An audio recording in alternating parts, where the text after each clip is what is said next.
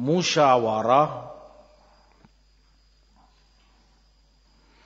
disebut musyawarah artinya mendengar pendapat dari orang lain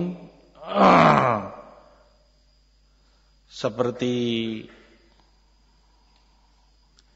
atau terambil ini dari kata bahasa Arab syurtud dabbah, ketika kamu mengeluarkan binatang ternak yang kamu miliki dari tempatnya.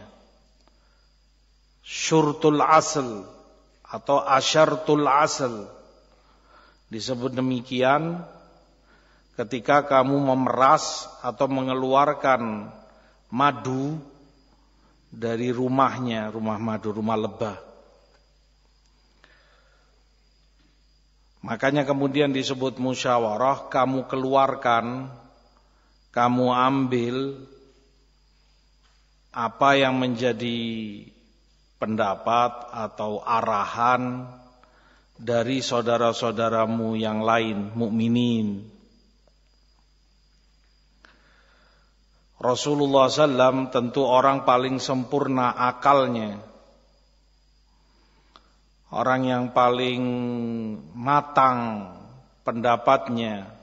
Bagaimana tidak wahyu turun kepada beliau sallallahu alaihi wasallam, dan beliau pun diwajibkan kita untuk taat kepadanya, kita senang ataupun tidak kita senangi. Itu pun Allah perintahkan kepada beliau alaihi salatu wassalam sebagai uswah bagi umatnya untuk bermusyawarah dengan mereka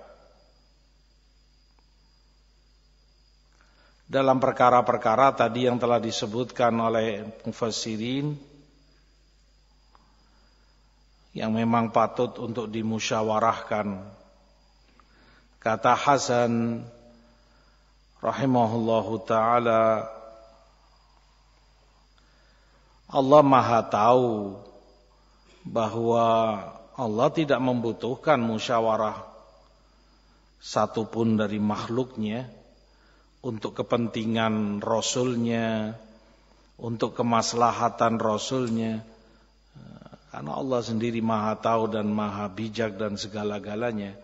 Namun untuk menjadi sunnah, contoh dan toladan bagi umat Rasul, maka Allah perintahkan Rasulnya untuk bermusyawarah dengan mereka. Aisyah radhiyallahu ta'ala anha ummul mukminin tentu yang paling tahu suaminya dan Rasulnya sallallahu alaihi wasallam. Beliau sebutkan ma ra'aitu rajulan aktsara istisyaratan lirrijal min Rasulillah sallallahu alaihi wasallam. Aku tidak pernah tahu seseorang yang paling sering, paling banyak bermusyawarah dengan yang lain dari Rasulullah sallallahu alaihi wasallam. Artinya Rasul dengan segalanya tadi, wahyu diturunkan, akalnya paling sempurna, pendapat dan fikirannya paling matang, paling bijak.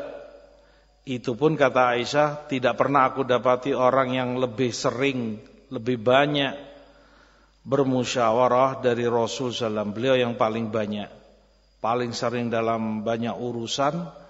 Beliau musyawarahkan hal itu dengan para sahabat beliau sallallahu alaihi wasallam. Oleh karenanya kata Imam Ibnu Athiyyah rahimahullah, musyawarah termasuk dari kaidah-kaidah syariat yang mulia, kaidah penting, dasar pijakan dalam syariat. Termasuk azaimul ahkam, hukum yang azimah, yang kokoh dan teguh bagi seorang alim. Oleh karenanya kata Ibnu Atiyah, man la yastashir ahlal ilm wad din fa'azluhu wajib. Yang tidak bermusyawarah dengan orang yang berilmu, yang tidak bermusyawarah dengan ahlud din yang paham agamanya, maka wajib orang seperti ini untuk disingkirkan. Jalan sendiri, maunya sendiri, menganggap dirinya cukup dengan apa yang dia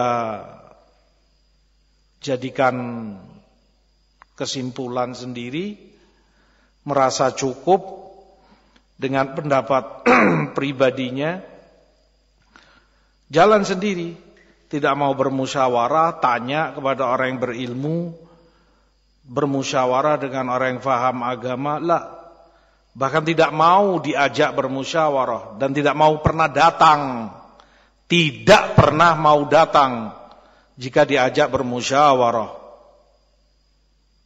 Yang semacam ini kata Ibnu Atiyah, yang wajib disingkirkan, tidak boleh punya posisi dan tempat dan menunjukkan kebodohannya.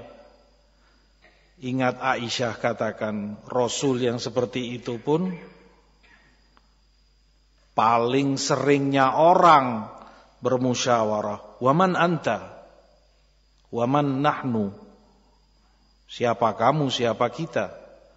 Kemudian gak mau bermusyawarah, gak mau diajak berunding, diajak rapat, diajak ijtima', jalan sendiri. Ana sudah menganggap ini yang terbaik, ini pilihan ana, ini sudah pendapat ana. Tidak menggubris, tidak mau tahu, cuek dengan saudara-saudaranya. Bukan demikian akhlak mukminin. Bukan demikian Rasulullah SAW mencontohkan kepada umatnya. Kata Ibnu Atiyah, hadza ma la khilafa fi. Bahkan tentang ini tidak ada perselisihan di kalangan ulama, bahwa musyawarah itu memang kaidah syariat, tonggak dan penopangnya hukum, dan yang tidak bermusyawarah dengan ahlul ilm wa ahlud din ma'zul, disingkirkan. Seperti yang Allah sebutkan dalam Asyura, pujian kepada mukminin, wa amruhum syura bainahum, bahwa mereka selalu bermusyawarah dalam urusannya.